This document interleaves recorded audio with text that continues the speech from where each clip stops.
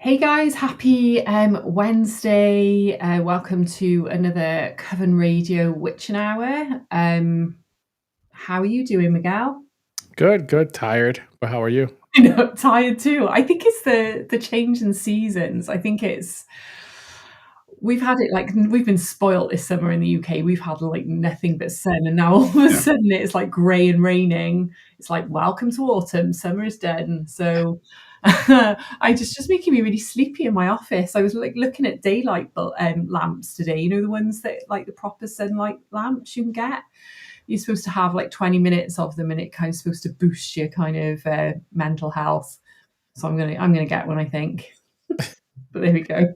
Yeah, I need to do something. I need a vacation. That's what I need. Me too. I'm actually off work for a week next week, so I'm looking forward to that. Yeah, I need one desperately. Yeah, I'm not going anywhere. I'm just gonna like chill, do some art, do some dog walking. Yeah, I got a little commission I got to do for one of Jason's clients. Asked me to do something for their daughter-in-law. So yeah, I'm gonna do a bit and then just chill out. But how's things with the Rebel Ants? What's going on? Good. I mean, there's actually a lot going on, like always, but um, we have an issue with like the portal for Ape. We're trying to fix that now. We were trying to fix it last week. We couldn't. Actually, no. I think it is fixed. It's just a matter of like having the time to really check it. Yeah, You know what I mean? I yeah. just haven't had that time to like really check it. I am hoping that by next week we can start migrating. Um, I think I should be able to check things probably by next week, early next week, and then by the end of next week we should be able to migrate to Ape Chain. Oh, wicked. Yeah, That's really hopefully. cool. Yeah. Excellent. So, what about you've got other things? Have you tied up? Like, I don't want to say anything. Are you? There's other things going on as well. I know about. I don't want to give anything away because I know, but just in case. No, we have the overlay application that we're working on, which is pretty cool. We finally connected wallets the other day. And now we have actually the saints in there too. So the saints are in there. So if you're able to connect with your wallet and you own a saint or you own a rebel, you won't have a watermark on the whole application itself. So you're able to like create whatever you want, and you actually, let me rephrase that. If you own just a saint, you still have a watermark, but it's a very minimal, small watermark that won't interfere with your creation. Now, if you own a rebel, it'll be open to everybody. So you could do whatever you want and create whatever you want. There's no watermark at all. That's amazing. Yeah, it's pretty awesome. You could do a lot in there. We did a walkthrough last week, Kevin and I, of the whole application. It's pretty cool. It's very intuitive. It's very fun to use. You can put like quotes and stuff like that in there. You can put emojis now. Like there's just so much stuff in there that you can do. Awesome. Um, you could create your own overlays. So if you like art and you like to draw, you could draw your own overlays and import them in, and then use them within your NFT, which is pretty cool. That's The really only thing that I can do yet is I can't remove the backgrounds yet because the backgrounds are part of the NFT. So I was going back and forth with myself in the mirror, telling me should I remove the backgrounds or should I not remove the backgrounds? But I don't think I should remove the backgrounds because that's embedded into the NFT. There's an yeah. AI that does it, and you can incorporate that into your flow of your code, and you're able to do that. There is a cost for it though. That's the only thing. So there'll be a cost to the user, and I'm not trying to give any cost to anybody. I'm trying to have people use it for free, unless they own an ant. You know what I mean? They can Yeah, use it yeah, fully for free. yeah. But other than that, there'll be a watermark on the actual application. It's so exciting. I did have a little Yeah. tinker. It was good fun. Yeah, it's pretty cool. I mean, there's a lot you could do with it, like a lot. Yeah, it's brilliant. Fun. What I like the most is that you're able to create your own stuff and import it in and put it within your NFT, which is cool. Yeah, that is really cool. I like that. Most like trait stores, like where you can layer stuff, they everything just drops in Couldn't allow automatically, that. Yeah. and you can't like kind of maneuver anything or size Yep. anything. So I Here you really can do whatever you want. It's very yeah, I free. feel like it's more creative. Yeah, Um, I'm pulling more towards the artist, obviously, because that's yeah, me. So of course. I did it in mind with something that I know was gonna be cool for like someone who likes to draw and stuff like that. Yeah, that's Yeah. really cool. Yeah. Well, I've got a new mystic moon. She's on the right hand side of the screen. She's Okay. the blood moon. So that's this mint airdrop. Like if you mint 2, you get her as a bonus, which is really, really cool. Yeah. I was actually going to share, I've got like a little whip video I'm going to share in a minute. Just here we go. There we go. Luna says she loves it. She's one of the testers for the Oh, for the she's having yeah, I she's saw having that. fun with it. Yeah. So yeah, I've been this is my my little blood moon. So she's got That's as cool. usual, she's got a lovely little story.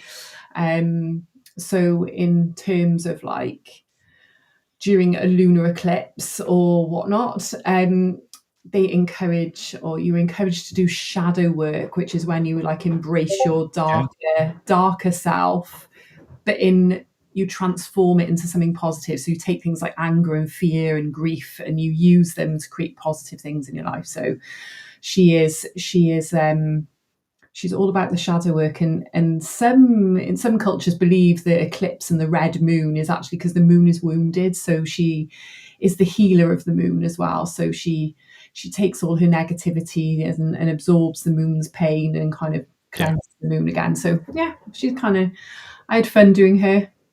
She's cool. And then just It's quickly cool. before we get our amazing let me see if I can guest on. I also have, oh, my Chrome has gone mental. We have an amazing giveaway on. Let me find it here. So anybody who mints in September will get one entry into a raffle. So each mint is an entry essentially. Let me share this now. Here we go. There we go. So we have 3 winners. One winner, the lucky winner, will get a Genuinely Undead, this amazing OG one here. And then there's 2 runner-ups then who'll get an FU each. So That's yeah, one Lunar Witch is 1 entry. So if you mint 2, you get 2 entries, etc., etc. So that's running all through September. So if anyone's thinking of minting, now would be double bonus time. If you minted 2, you'd get 2 entries and the airdrop. So potentially you could walk away with like a G or an FU and a bonus airdrop Mystic Moon as well. So I reckon it's value for money there, guys. Yeah, we talked about it on our show last week, Kevin and I, that you Oh, had. did you? It was too. It was a weird time for me. I think I was doing something I can't remember. It's early hours of the morning, isn't it? That's why I was sleeping. That's what I was doing. Yeah, you were I sleeping. was sleeping. But yes. But what I'm going to do is we have an amazing guest. Yeah, who do we have today? We have Metalhead. He's one of the FCW. He's a really cool artist. He's also a Hello. copyright lawyer. So I'm going to bring him on now. Hang on a minute. Here we go. Hey, Scott. Hey, Scott. How are you? Oh, can't hear you. This happens in every Here we Zoom go. call. Always on mute. Always do that. It always mutes you. It's really weird, isn't it? Always. How are you doing? All right. How are you? We're good. Yeah, we're both saying we're a bit sleepy this evening. Yeah, keep yawning for no reason. Well, it's late. It's really late where you are. Oh, it's really late where I am. Yeah. Miguel, I don't know where you're located. For me, it's 6:43 p.m. right now, and I'm already I'm ready for bed. Yeah, me too. So we're both East Coasters then. Yeah. Yeah. No, I'm pretty much ready to pass out. I don't know how you're. Oh, so how's things with you? Like, so for people who don't know, Metalhead, he's part of our FCW little crew. He's an amazing artist, copyright lawyer, speaker in NFT NYC, like Wow. legend. So yeah, just like tell us a little bit about your journey into Web3 and I feel like I've met you before. Yes. So it's such funny. Vicky and I were talking about this before. Definitely at not this NFT NYC, but the year The year before when before. you guys had the booth. I think you were there Yeah, yeah. at the Rebel Ants booth, and I came over and chatted with you guys, and that's at the same time I met you guys. I met the uh, guys from Hostile Crypto Hogs. Oh yeah. Got Mhm. then got hooked up with Megadeth Digital through those guys, and so and actually at the Megadeth Digital party, that's where I met Steve, um, Creepy Steve, who got me involved with these guys with the FCW. Yes, W. He's got his Uh, t-shirt on. Small world, small world. yeah, it's like everything is connected. So that's it. It's funny. I think I kind of got into this space because of work. So, like Vicky said, I'm a copyright lawyer. I do a lot of art and entertainment and media, legal work. A lot of litigation, a lot of fighting with people, but other stuff too. Um, and so, we go to conferences and we go to events, and some of my partners I'm very jealous of. They go to Comic Con. I haven't gotten to do that yet, but I did go to Art Basel a couple of times in Miami, and that kind of introduced me to the world of NFT art through Maker's Place. Maker's Place had a booth at one of the satellite fairs. I met those guys. I started to kind of actually understand what this stuff was all about. It wasn't just Bored Apes and things like that. So that got me started on collecting, and then as I started collecting, I was like, I wonder if I could do this too. And so, kind of as an experiment, I started making some stuff of my own and seeing like, let's see if anybody actually would be interested in buying a piece of art that I made, and not not quitting my day job, but it's uh, an amazing way to not only scratch the creative itch, but make awesome friends like you guys and the CW crew and all these other communities that I'm part of that are just awesome. Um, so I got really into collecting. I got really into creating. And so NFT NYC became one of my kind of annual um, business development things, for lack of a better term, for both my law practice and my art practice. So I've had pieces displayed there, and through the community showcase, and I've spoken a couple of times, and so it's a really cool way of kind of merging those two Yeah. worlds, and yeah, it's been really fun the last couple of years. So were you creating before, like, you got into the NFTs, or was it that sort of spurred your creative need, if you know what I mean? Have you always been Yeah, creative? Like, did you were you creating when you were younger? Was your family creative? yeah. So this during kind of this phase of my life is the NFT stuff has is what's got me back into visual art. I've always been creative. As a kid, I was always drawing, and I had a million sketchbooks and pads everywhere, and I was actually pretty good for a while. And it's been a long time. Uh, I liked that. I took all the kind of on advanced art classes when I was in high school, and um, uh, but I never took it much further than that. But I also I write. I do some creative writing. Um, I play bass. I played bass since I was 18 years old. So I dabble in a lot of things Yeah, creatively. This is kind of the latest incarnation of that, and it's the one that I think has stuck yeah. Mm. most consistently. I'll pick up the bass when I have a gig to play. I don't, as much Ooh, as I wish I had the time to go in the basement and just play. Um, I just don't have the time to do it. And writing is, if you really don't spend all your time on that craft, Yeah, it's hard. But I have written a whole bunch of things that I'm happy with. But this is really kind of stuck with yeah. me. that's cool. The visual art. So do you But play yeah, in a my mom was creative. My dad's an engineer, so he's very oh, scientific. My mom was a good artist. Yeah, so I got it. amazing. So do you play in a band? I can see all your guitars behind Yeah. you. Yeah, so there's an acoustic bass in the back. That one I can actually play. This one is just for show. That's an 80s Ibanez that a good one of my oldest friends gifted to me that he's had since he was like 14. Oh wow. Um, but I play in I play in bands on and off. We kind of have like a little like dad band for like my kids' school. Like there's a bunch of dads that play together, and sometimes we'll play at kind of like school events.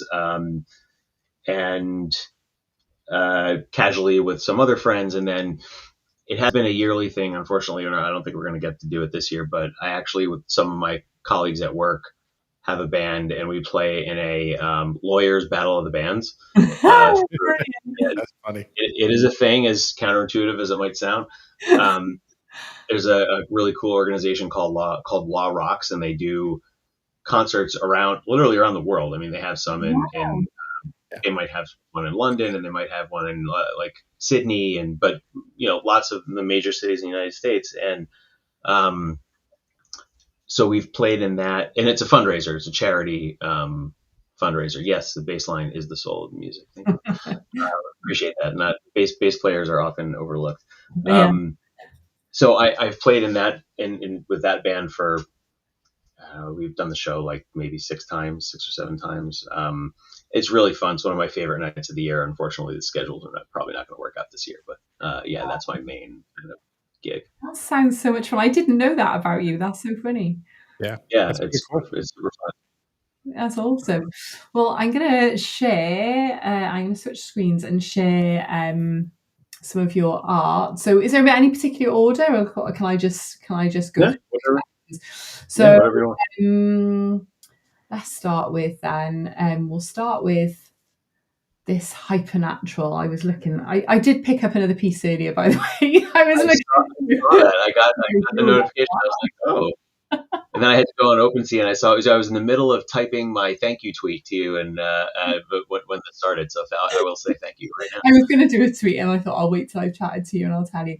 So tell us about this collection. This is slightly different to your other stuff, but yeah, this is a quite recent collection, isn't it? Yeah, this literally I just minted these today.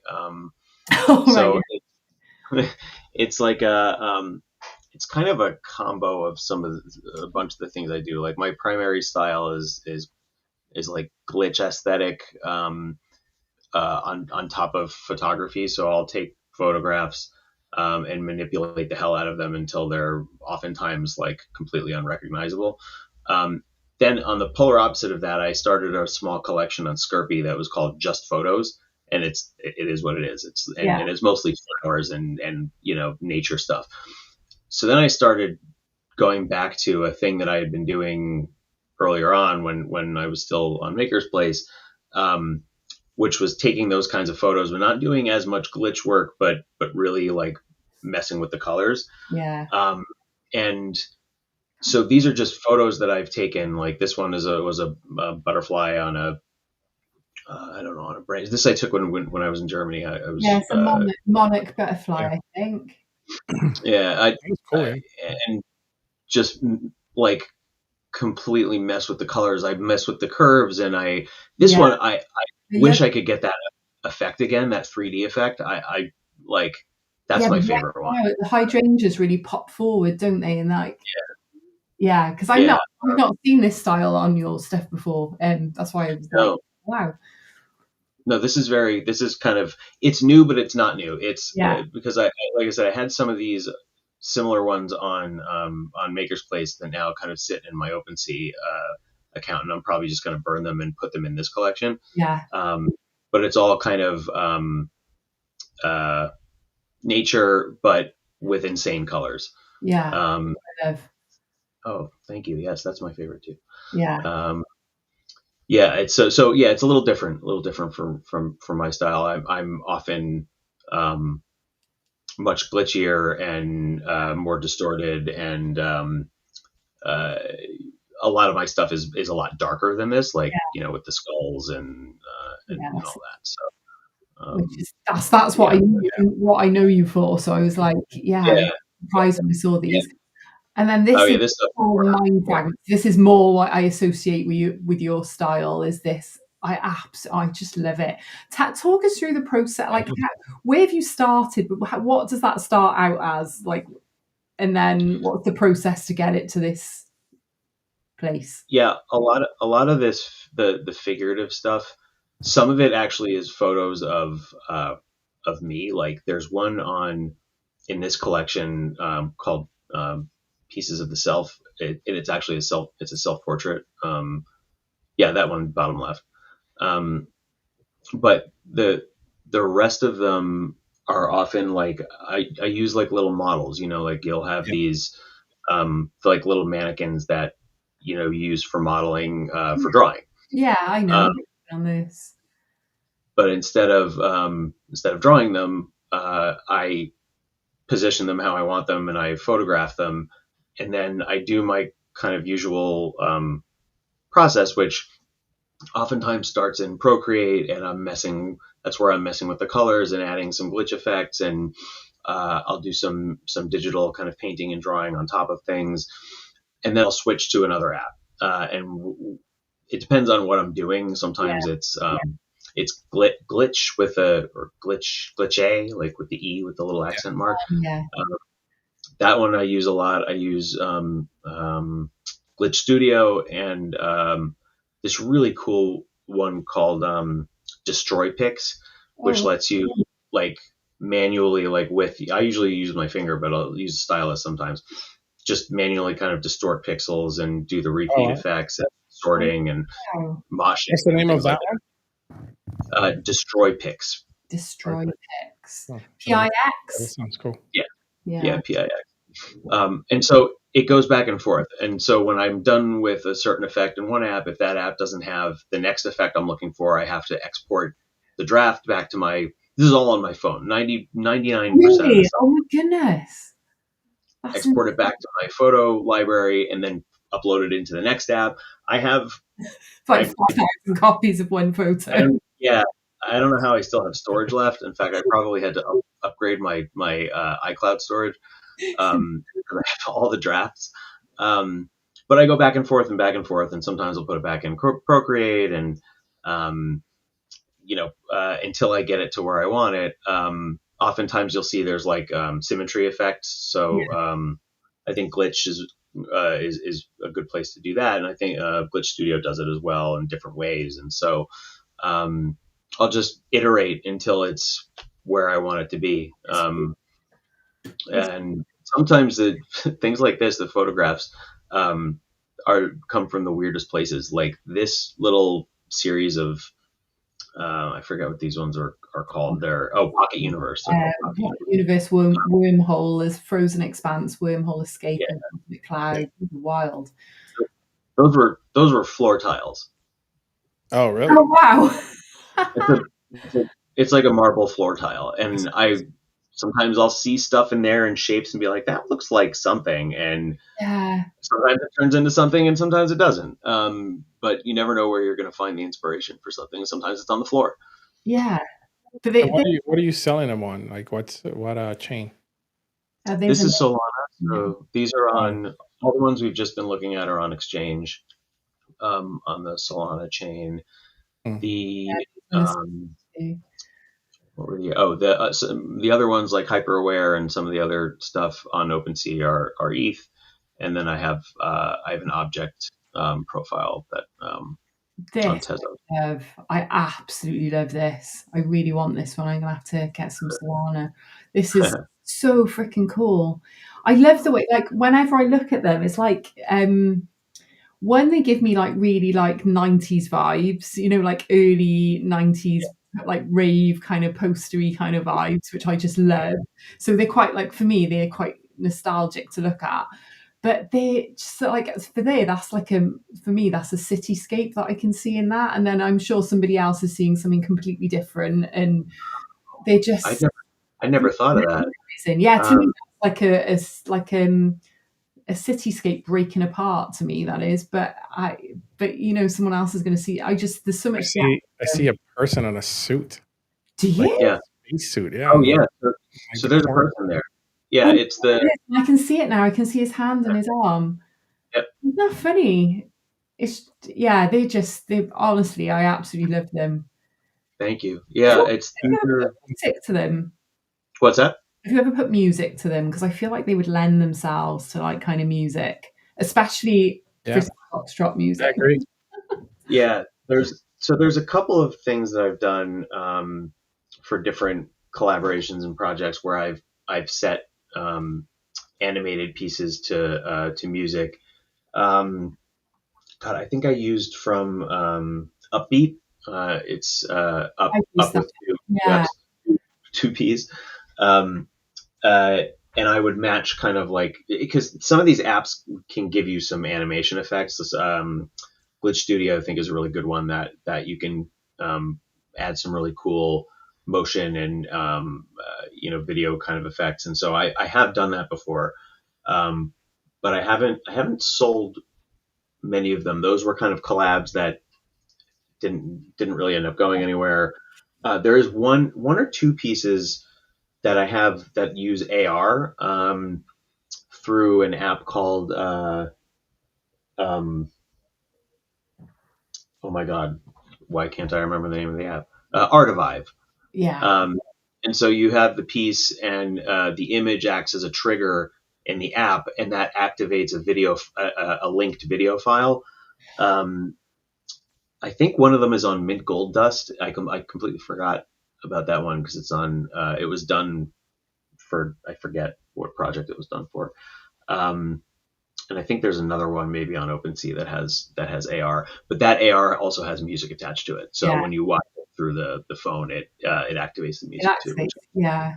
When we were at NFT NYC and, like, Visceral Glitch had some of that stuff going on, didn't he, with his pieces in that little party we went to. It was Yeah, that's his thing, and that's so Visceral Glitch is a glitch artist that is also a good friend of mine, and he makes awesome AR pieces. Like that is his thing. Like yeah. everything he does is linked to triggers a video and an animation. Even his Yeah. physical like products, he has Yeah, so postcards. So, yeah, yeah, he had a big piece up, didn't he? We went to, like, a party and I can't remember the name of the place. It was yeah, down by the pier, wasn't it? But yeah, and you put your phone to the painting and it did. Yeah, it was really cool. But yeah. So I tried to do a couple of those. It's funny you mentioned the like retro vibes of the colors. Like yeah, I don't necessarily consciously think of that, but I think I gravitate towards it because I also associate it with that kind of neon yeah. 80s or 80s and early 90s kind of style. But it's funny, the piece that I did for Acid's Dawn of Acid, Oh yeah, it had these like I call them in my head anyway Atari colors. It was yeah. like that orange and black and Find it. um, reddish. Like I can't even remember, but I was like, yeah, that kind of looks like Atari. Is that on Um, Object Acids thing? Let's have a look. no, I think it was on Foundation. Foundation, right now. Let's see if I can find the piece because yeah, it was really cool. Um, but yeah, it definitely does have that video game kind of vibe going on. Yeah, Right, let's see if we can I, find your one of one in here.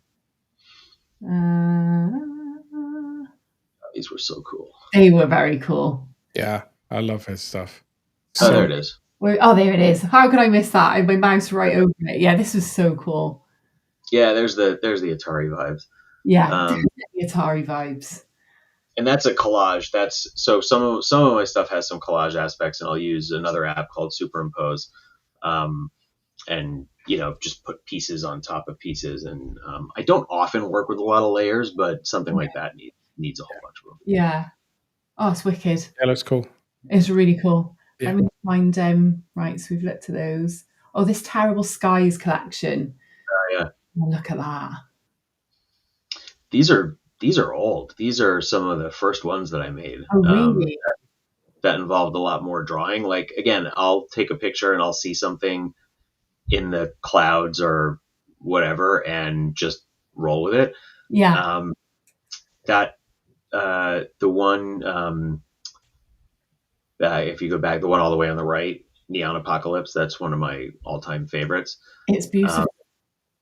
it was literally just the sun on a cloudy day over a couple of buildings, and I took a picture of it, and I was like, I could turn that into an eye, Yeah, and I it's turned it into quite an eye, and somehow the nose came out, and then the teeth, and it just sometimes it just makes itself, Yeah, which that's cool. was I like it. just it's really cool. I bet, do you literally spend your day like, do you just see like pictures within pictures, if you know what I mean? Like, I can imagine your brain is never really switched off to kind of seeing these like yeah, things that a lot of people wouldn't even notice, you know, like these silhouettes and shapes Yeah. in unusual places. Like that must be quite thrilling. yeah, yeah, definitely, and that's kind of my inspiration is inspiration comes to people in all kinds of different ways, but um, a lot of times it's just seeing something cool, or like I took that picture from the car while we were driving, and I was like, there's all kinds of weird cloud formations. I was like, I could do something with that. There's some creepy shit in there that I could find. It's Um, trippy. It's so really, yeah, That's so my cool. brain is never off. it would make awesome like CD covers as well. You know, I Yeah. feel like Oh yeah. especially electronic music, you know, that kind of, yeah. Oh, you and Frisky should do a collab for sure. Yeah, that's actually a really good idea. I That's one of my big inspirations is album cover artwork, because Yeah. the metal albums have insane Oh, artwork. yeah. And that's where I started like art collecting was um, like prints, and sometimes I have a couple of originals from artists that make heavy metal album covers, and so Very cool. that's really what where I kind of first started collecting.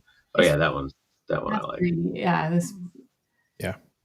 epic. I think a lot of us actually, I think um we're inspired by metal artwork. Like I feel like whenever we talk about our sort of like teenage years and what you were drawing, like most people who were into heavy metal and artists was like huge, the huge part of that culture is the album cover artwork and the stories they told, you know. Yeah, um people tell stories all the time about they would just like buy an album because the artwork was it's cool. really cool, yeah. It's true. It is true for sure. I was obsessed with Eddie from Iron Maiden when I was a teenager. Like I drew him all the time, like ridiculous, to the Oh, I point. love to see your drawings. Oh, it was so good, and I to the point where my art teacher, who was an evangelist, like called my mum into school and said he was worried I was worshipping the devil. Oh no, And hilariously, it was my mum who was taking me to the Iron Maiden concert. She was like, "No, no, she's just into the music. It's fine."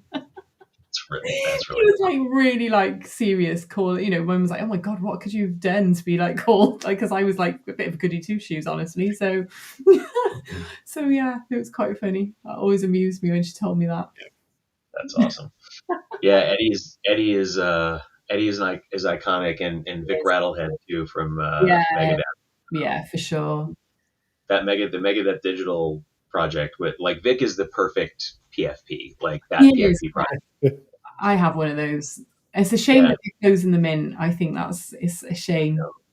yeah, I felt sad when I got that email the other day. yeah. I was sad too, Yeah, but I guess they're winding down. So I guess so. But I mean, I know that obviously the band is kind of winding down, but the fan base isn't, you know, I mean, there's still people our age playing this stuff to their kids, and like kind of there are new fans being, you know, when I went to Iron Maiden recently and it was like 50 years of Iron Maiden, there were so many young kids there, you know, that fan base is so strong still. So they may stop making new music, but I feel like to close them in, maybe it might be a bit premature. I don't know. yeah, well, thankfully the music won't go anywhere, and um, yeah, it's funny. I was listening to Hangar 18 on the way home today, in the car. Actually, yeah, they were my gateway band into heavy metal. They were like the first heavy metal band I started listening to, even before Metallica, Yeah, which is also my favorites. But Yeah. yeah, Yeah, Funny how things it was work. Iron Maiden for me. My mum took me to see an Iron Maiden gig when I was 12. Iron Maiden and Wolfsbane. And Wolfsbane. And then the second gig she took me to was Megadeth. So yeah, yeah, it was yeah, her and my big sister, like my big sister's like 10 years older than me, but so my mum and my big sister were responsible for getting me to any gigs that were in town really, which is Awesome. brilliant. Yeah. That's very young. It's yeah, it's definitely it was a huge influence in my life, all that kind of culture. In the Yeah. same way, the rave culture as well, because I'm being a graphic designer, those kind of flyers and stuff. And that's what I think, that's what I love about your stuff, is it reminds me that this is my favorite collection, by the way. Oh, thanks. Yeah, Yeah, looks really cool. these are so cool. I'll show you the one I picked up earlier. So So let's switch to your lawyer face for a second. Okay. yeah. Oh no, he looks like he's got a question. Uh, I do. So how does copyright law like apply to digital assets like NFTs? it's just the same way it applies to anything else. It the law always lags behind technology, but our copyright law, at least in the U.S., is relatively flexible. It's you own something as soon as you make it. Mm, As soon as it's fixed, I call it fixed, like it's tangible. It doesn't have to be a physical drawing as long as digitally, yeah. saved on the computer. Um, if somebody ever infringes on it and you want to sue them, you have to register it with the U.S. Copyright Office, but it's Mm, not a it's not a requirement for you to own it. And then you have the right to you have all kinds of different rights in it to reproduce it, to make derivatives of it, to publicly display it, and nobody else has those rights unless you give them give to it to another person. Yeah, Yeah. because I was gonna say, does minting the NFT actually like automatically grant copyright protection to like the underlying digital work? So the NFT doesn't really impact the copyright at all. The work is copyrighted as soon as you make the work. Like, Yeah. let's say this one here, I took the photograph. Technically, as soon as I took the photograph was protected. But then as I iterate on it and do my thing, it once it becomes this and it's done, like there's the piece of art. It's sitting on my phone or my computer or whatever. I own that. The minting of it, really, the NFT part is really just the certificate of authenticity, the kind of provenance of the artwork. What I think the biggest misconception is with NFTs and digital art in particular is that, or more generally, is when someone buys a piece, Yeah. they own the piece, the physical, well, for lack of a better term, the physical piece of art. This is the Right. digital file. They don't own the right to. Um, they can resell that piece, but they don't have the right to make prints or to make posters or to make Yeah. T-shirts or to do anything else with it Ah, without the permission of interesting. the artist, unless it's built into the smart contract somehow. Yeah, because I think it's built into our smart contract that you have the IP rights. Once you own the Yeah, witch, you can do whatever you want with it. But I know it's quite a sticking point. There was I was in I think it might have been Mark's space actually. People were talking about this, talking about if you've painted a piece where you've got a physical canvas and a collector's collected the NFT, then do you have the right to sell the physical piece of art to somebody else, or should they be tied together? And there was a whole debate going on about that. Yeah, yeah, I heard about that. Mark messaged me, but I didn't yeah, get the message until too late. He was You like, know, I "We just really could use a leader's perspective." yeah. Because he's got a new collection coming out that he has physical photographs of, and he was like, I'd like to do something with the digital and the physical aspect of it, but yeah, he would have been yeah, he would have definitely been picking your brain you know, on I that. remember when we were at NFT NYC that year, 2024, there was a there was something there about licensing the terms in the NFT control. Like whoever buys it, there's a way of like automatically embedding the licensing terms into the NFT. Mhm. Yeah, you can do that. You just I don't know offhand how to do that from like a Yeah. technological standpoint. but yeah, you can build in IP rights, or even if you have it in kind of like your terms of when you buy it, like you can grant people licenses essentially to or assign it to them. Like you want to give away all all the IP rights, you can do that, but you have to choose to do that. Like, and I think people will buy things, and I don't I haven't had it happen. I don't know specific examples, but I know the misconception is, oh, I own it, I can do whatever I I want can with do it. whatever I want Yeah. with it. Yeah. Like I own these physical pieces of art, including this lunar witch I here. can just see the Um, bottom here. Yeah. There she is. there she but I can't make prints of it or T-shirts or sell other stuff without the artist's permission. That's the general rule. And I think JPEGs and stuff are so easy to right click and save. Like I Yeah. think people think they don't count as something that you should own or can own. Like, but no, it's just another form uh, of of paper. It's like Another copy. it Yeah. is. Yeah, it's another medium. So how can you protect yourself against like that, those things that from happening? They're going to happen regardless. People are going to right click and save. Yep. Um, there's not a ton you can do to stop people from doing that. Like I know there are some platforms where you can't save it from the marketplace or from the platform. I've and sometimes it's like a low res version, so you're not getting like the real one. Yeah, that's true. So if there are technological ways of doing that, then you certainly should try that. But if for people who are making their living off of being an artist, and making like serious pieces that they're selling, and they're spending a lot of time and money on it, at least in the US, it's worth considering registering them, because that's the only way you can enforce your copyright in court. Like, if you're selling, and litigation here is so expensive, like Mhm. it sadly, it's almost like pointless to try to sue somebody for saving one of your pieces, because you're going to spend more on the litigation than you are on than you'll ever get back in damages. But Yeah. you can't, in theory, you can't do anything about it unless you register. And we're like the only country, I think, in the world that still requires that formality before suing. I don't know all the countries, but we're certainly one of the few, if not the only ones. So, whatever kind of legal formalities, putting a copyright notice on it, watermarking, to be able to prove that somebody took something. If you're putting stuff on your own website, maybe you watermark it so that if people try to steal it, they're getting one with a watermark on it, and that kind of sucks. Yeah, I mean, it's protecting digital assets is pretty tough. There are takedown procedures too, right? Like if somebody is selling something on Etsy that has your on it, the platforms have their own takedown procedures, and at least in the US, you can send the platforms a demand to remove that material. That's happened to me on Etsy. Did it? Yeah. Someone took my.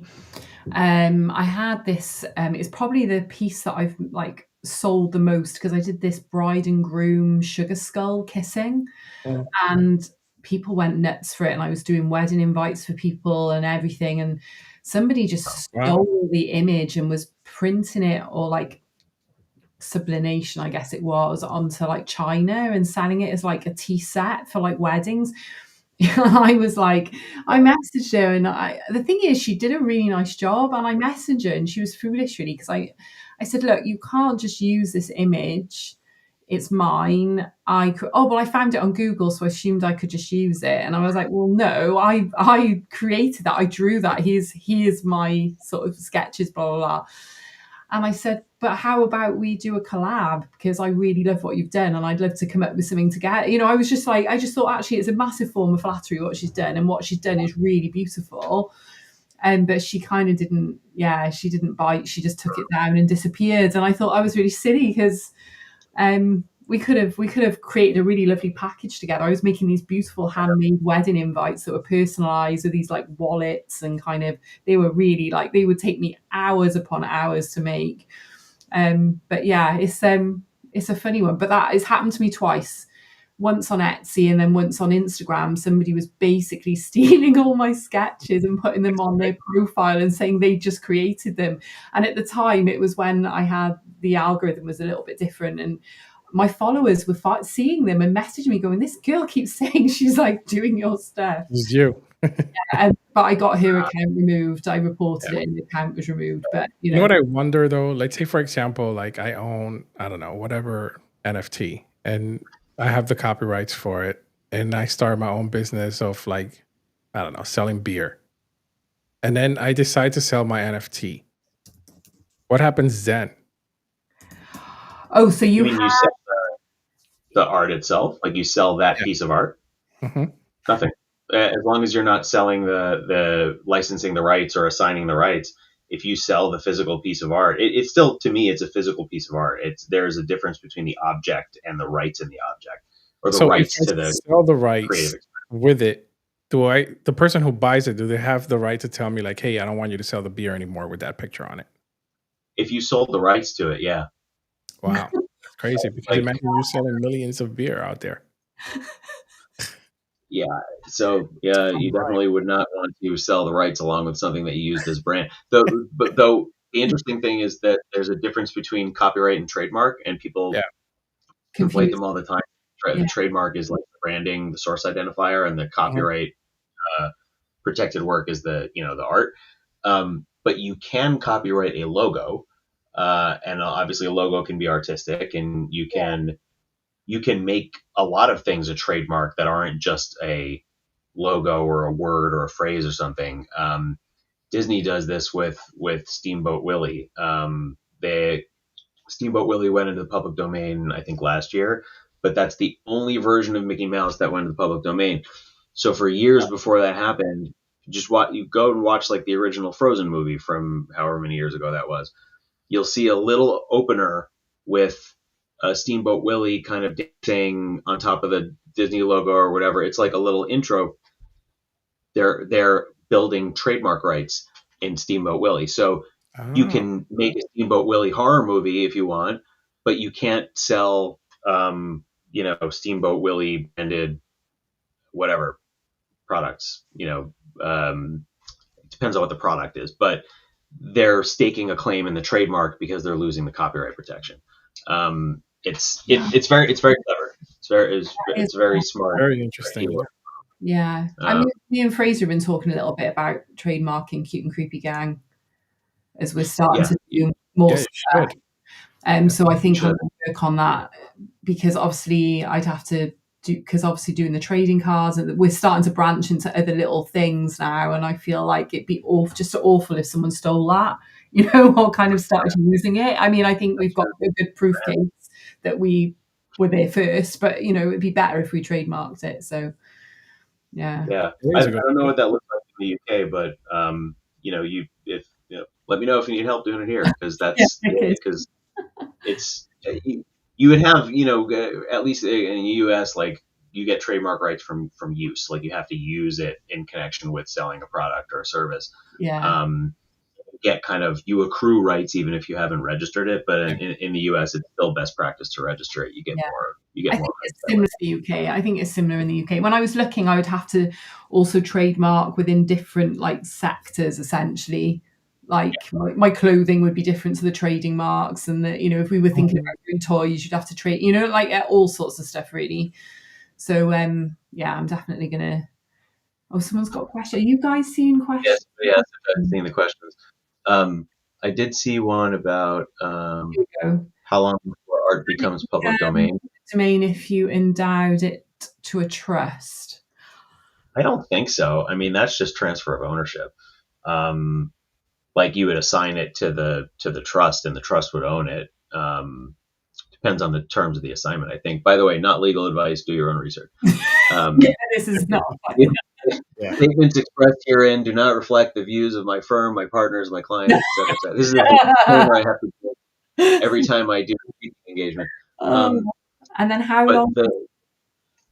what's that? He's asking how long before art becomes public domain. So in the U.S., copyright protection lasts for the life of the author plus another 70 years. Oh wow. Oh wow, And okay. if the author is a company or is created under a pseudonym, I think it's 95 years from, I don't know whether it's creation or publication. I always forget that. But for an individual, it's life plus 70. And then, like, if you look at Duke Law School has a cool website called dedicated to the public domain day.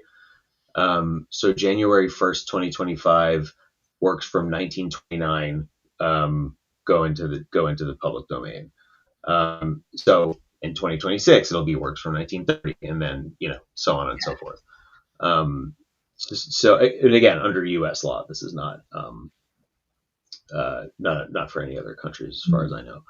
Yeah, for a little while in the UK. Let's see I don't know whether you guys have it out there, but I was part of an artist's copyright protection group, essentially, where you register and like have a little subscription, and then you upload all your creations to their general, like, as proof of like you've created it, and it'd be all dated, and they'd catalogue it and keep it as a record.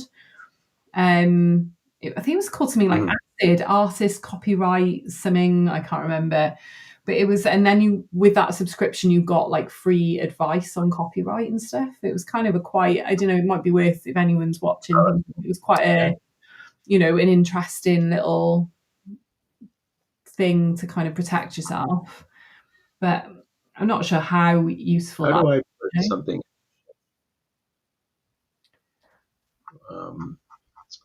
yeah, there are a lot of organizations that'll help help you with things like that, registering and making sure your stuff is protected. And you don't have to pay an arm and a leg for it. Like in the U.S., there's volunteer lawyers for the arts. They have certain parameters on, you need to income levels and stuff. Like, not everybody can use them, but they typically will kind of outsource work to younger lawyers at really big firms who want to get experience, handling clients and doing stuff in the arts. And so I did a couple of projects for them when I was at my previous firm. So they're a good organization. There's a request for me to share the link, I think, to that Duke University page. How do I do that? I can search, but I don't know if I can comment. Okay. What was I can send it to you. Send it to me, and I'll pop it in the comment. Okay. Yeah, I'll send it to you on X. But yeah, how did you get what led you into copyright law? Like what was the oh, I've got it. I'll post it in now. What led you down that path rather than any other sort of practice? So I went to college. My degree was in journalism, so I always wanted to do something that involved writing and analysis and stuff like that. But I liked it, but I realized that the other people in my program really liked it. Like, they wanted to be reporters. I went to school in DC, so like these were going to government hearings and reporting on the political issues of the day and whatever. And I was like, I just wanted to listen to music and write record reviews, and which I was the music editor for a year or two, and then but I didn't. It wasn't grabbing me, and then I had to take a communications law class to complete my major. And so I started learning about, the First Amendment and free speech and privacy and defamation. And I think we might have done a little bit of IP, a little bit of copyright stuff there. And that's kind of when the light bulb went off. I was like, oh, I can do, I really like this style of thinking, and I like the analysis, and I can marry that with the writing, because there's a ton of writing. And I can go and do something in the arts and in entertainment, and make a career out of that and still kind of be in the creative Yeah. industries. And so, IP was the way to do that. And so I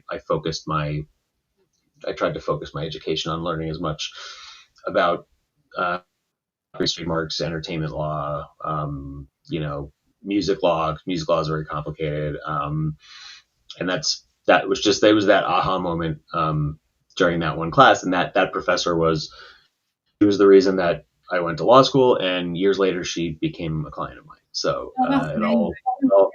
all comes around full circle. Full So circle. uh, I remind her every time I see her that she's the reason I'm here. Oh, that's amazing. That's a really lovely story. I love that. That's so cool. Oh, got to go through this collection. This is my fave. So, what's the inspiration for this collection? Hyper aware. What was your like concept behind it? So it's funny you asked me earlier about like, is my brain always going and seeing things, and um, that was kind of the inspiration for it. Was I so I'm 43. When I was last year, I was 42 before I figured out that I had ADD. Like, anxiety, sure, been treated for anxiety for forever.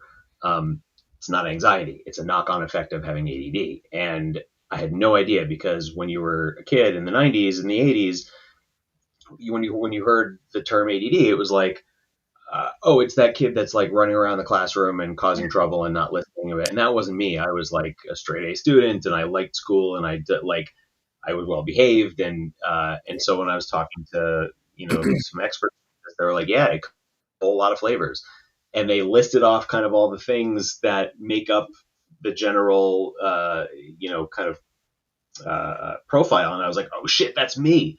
Like, finally kind of get why I do a lot of the things that I do and think that and that just kind of really kind of opened up a lot of things for me. And one of the in reading about it, one of the things that I learned about was hyperfocus, which is like, yes, it's hard to pay attention, it's organized, and I'm thinking of a million things a minute, but then there's something that I'm really interested in, and it's like the rest of the world disappears, Yeah. and you could just do it for hours. And so that's, I think, one of the reasons why I'm so into this art practice, is that I'm really hyper focused on it. But Yeah. I remember reading somewhere the term hyper aware, like, and being hyper aware of everything. Like, I'm seeing this and I'm seeing that, and I'm like, and I can't process it all because I want all the dopamine all the time, and like, what the hell do I do with that? And so the word is what kind of gave me the inspiration of like, oh, I could make something out of that. Yeah. And I figured it should be a person. It should be figurative. And I don't know whether I already had the picture of the little person staring into space, or if I did that on purpose. I can't remember how that came together, but I was just like, it's very kind of PFP-able. It's not like your PFP project does in the kind of classic sense of the term, but it's an iteration on the same thing in different ways, and each one is kind of a different mood, or a different, like, your brain is doing this, your brain is doing that. And sometimes there's something up in that corner that the person is looking at. Sometimes it has different attributes. There's the horns, the halos, the wings, the guy's head getting split in two by whatever that. Oh yeah, there's the one with the planet. Yeah. And it's kind of like, I get, that's the concept, and it's just the kind of different states of mind and states of being. And most of the time it just kind of makes itself. Like, when I'm feeling inspired to make a new one, sometimes I'll have a specific idea, like, oh, that planet one, I was like, oh, I want to put like a planet. But sometimes, like that one, that just, based on the effects that I was doing, it came a slash right through the head, and I was like, Ooh. Okay, Yeah. let me see what I can do with that. And then I made it red, and then I was like, oh, okay, yeah, that's what I like. It's like the top of the head getting cut off. Like, so some of it just comes out as I'm doing it, but the concept is all the same. And a lot of the times, the kind of explanation of what it is just manifests when I'm done with it. Yeah. I don't really think too hard about it. No, it's my favorite of your collections. I absolutely love it. Yeah. Thank you. This is the one I picked up earlier. Where does your Oh yeah. PSP come from? Now that I'm looking at it. That What? Oh, the one in the lower corner. Yeah. Metavixens. Oh yeah, Metavixens. Another awesome collection and awesome group of people. They're a really nice bunch. I was thinking of asking them to come on if they would, but Yeah, that's cool. they're a nice bunch. I love Jen. She's a Lunar Witch holder as well. So Yep, Jen and Mark, Matic Addict, and Jake, and all that. Like that whole, and Foley, that whole crew is great. And Anna is a really talented artist, and so I have a few of these, and this one is the Aussie one. I was lucky enough to grab that one. So right after Ozzy passed away, Anna made that one and like put it in the drop, and I was like, oh my god, I have to. I like the Wednesday Addams ones she's been posting on a Wednesday. They're really cute. Yeah. But yeah. I go back and forth. It's funny. I think I maybe have used my own once or twice, but I kind of go back and forth with this one and Psychedelics Anonymous, and what's the other one that I was using? Metal Warrior. So I don't often change it, but I had changed it several times in the last couple of months, just because I've gotten into a bunch of different collections. Yeah. Yeah, I might have to check them out. They look really cool. They've been around quite a long time, the Metavixens. Yeah. They used to hold really big spaces. I don't know whether they do so much anymore. I've not noticed, so maybe I'm just not seeing them in my timeline. But yeah, they still have their spaces. Yeah, I think it's it's been several years, 3 years maybe. Well, I would say they were here when I first came into the space before we'd even launched. I feel like I've seen them around for like a long time. They're one of the real sort of builders. They've just not ever gone anywhere. Yeah, like top of the Polygon food chain. I mean, like really a lot of staying power there. Very, very cool stuff. Dedicated community, great art. Can't ask for much more. Yeah, we'll definitely check them out. Yeah, I love these. They're so freaking cool, dude. She's so talented. Yeah, these are cool. I love those. I can't believe like how different each one is. I try to make it as different as I can. And I've had some repeating themes like the wings and stuff, but whenever I'm making one and I see kind of like the same colors, cool. I'm like, I gotta fix that, and change it up some more. Yeah. That's why that last one like a couple ones ago with kind of like the orange like things sticking out. Yeah, all on the left. That one is like when I hit that color palette, I was like, oh, I've never seen that before. Yeah. So that's kind of what'll stick with me. Like, all right, I got to go with that. Yeah. This one's really fun to make, and I just keep doing these. I'll put them out. Sometimes I'll put out 2 in one day, and sometimes I won't put out one for a week or two, and then similar style is the based glitch ghouls. There's none of them on sale right now. They're all the first season is sold out, but I'm making a second one. It's like a spin-off of the based ghouls. Pixel Skull PFP, also a very cool community. So that'll be coming up. Yeah, here's a lot of like skull stuff. I have a lot of skulls on I love on object. These are also pretty. Some of those are kind of older, more like original stuff that I started out with. Yeah, you can definitely see the progression in your work. Yeah, like you can. I think I can see a clear timeline of how it's developed. You know what I mean?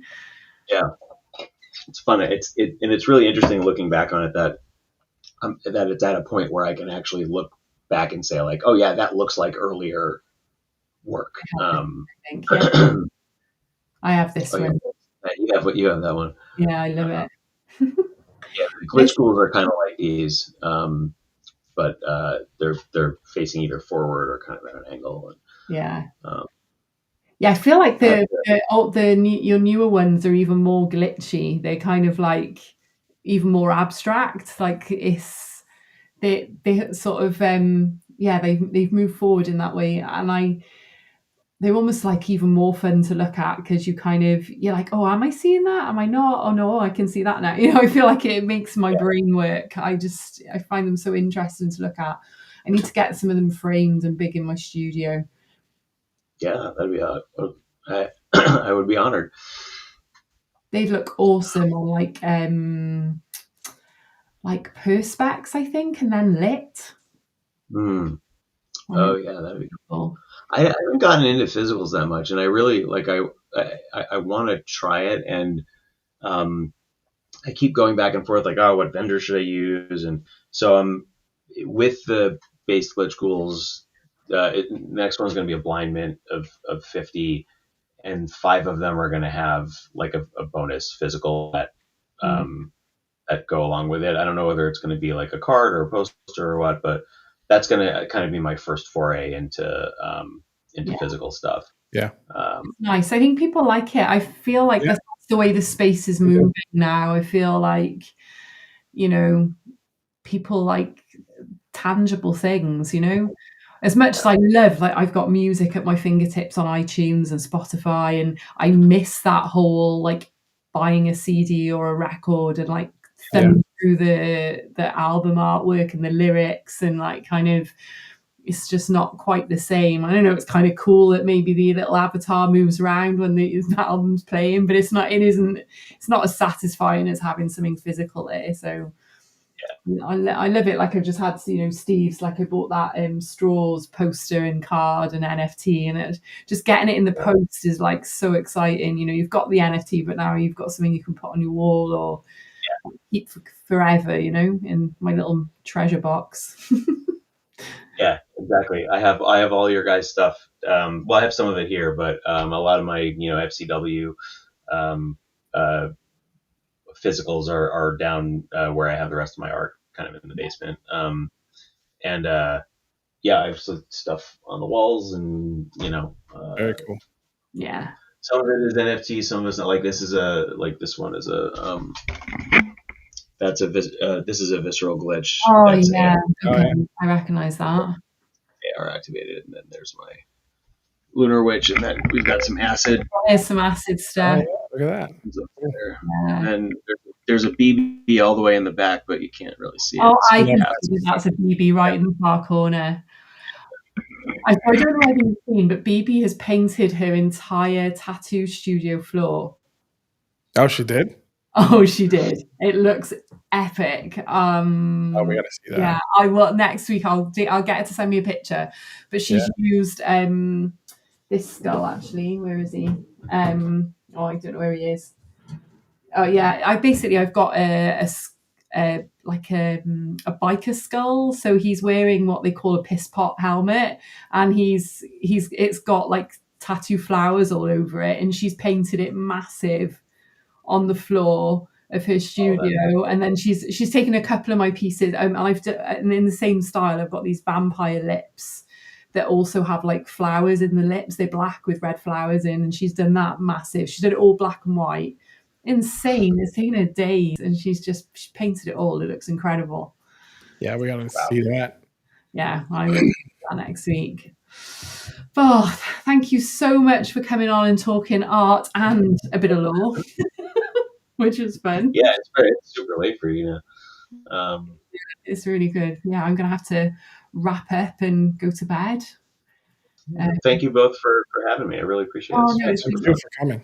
Yeah, we'll definitely get you on again. Next time we've got a new collection coming out, let us know and we'll get it featured. Yeah. Thank you. Yeah. I also think it's interesting, the whole IP stuff and I think it would be a really good show actually to have talk about that, especially as we're both PFP collections. I think it's like that's a different conversation to art, isn't it, as well? And I definitely think there's that assumption with PFPs that people have the NFT and they can do what they want with it, and it's not necessarily always the case. So I might Yeah. be. I think there's a lot of conversations around this topic, so I think it would be great to have you back just to have Yeah. a big deep dive conversation into that. Yeah. I would love. Yeah, no, I talk about this stuff kind of day and night. So And now we're making whatever me you talk want, I about can it go even on for hours about it. Yeah, especially for us because we're building so much stuff in real life. We're building so much Yeah. stuff digitally. Like it's a lot. It is a Yeah, lot. Yeah. gotta be careful. You gotta have stuff in writing. You gotta get Yeah, contracts. You gotta make sure you know the terms. And yeah, so happy to have my lawyer hat on for longer next time. Yeah, that'd be awesome. Oh, thank you so much for joining us. And yeah, I shall wrap it up now. Let me go to get off this one. Get the comments up. Thanks everybody who was joining us. Oh, Kevin, you were late to the party, dude. Did I he didn't miss see he it? was in Yeah, there. 5 minutes. He was on a flight today. That's why. Was he? All right, okay. He's He might forgiven. still be on his flight. Who knows? But yeah, I saw Wick came in, and we had Universal Twin Flame and Luna and GJP. That's not your brother, isn't it? Yeah. Is it Miguel? Yeah, okay. So yeah, we've had a fun show. We got a really cool project coming on next week. Some really cool pixel art actually. So tune in for that. I shall put a post out early next week for that. That's gonna be cool. Anything you want to say before we wrap up? Yeah, don't forget that we are switching to streaming straight to the Rebel X account. Yeah. So we got to make sure that everybody knows that so that they find us when we start streaming. And then we have a stream tomorrow at 9 a.m. Thanks, Kevin, for reminding me. That's 9, 10. That's 2, Yeah, 2 p.m. for me, so I'll join in if I can. Yeah, we have a huge stream tomorrow with Sean again, unredacted. That's tomorrow at 9 a.m. So okay, I'll try. I'm actually at the hospital tomorrow having some stuff done on my shoulder. So if I'm out, if I survive, dramatic. Yeah, so I think what we'll do is we'll have a couple of shows. Probably still stream from all the channels, and then maybe in about 2 weeks we'll do it strictly on yeah, we need to remind people every time we're on, just so people don't there's no show on. Yep. But I mean, I can, I'll be sharing it all over the timeline anyway. So Yep, sounds good. Yeah. Oh, lol, this is Wick too. Okay. Brilliant.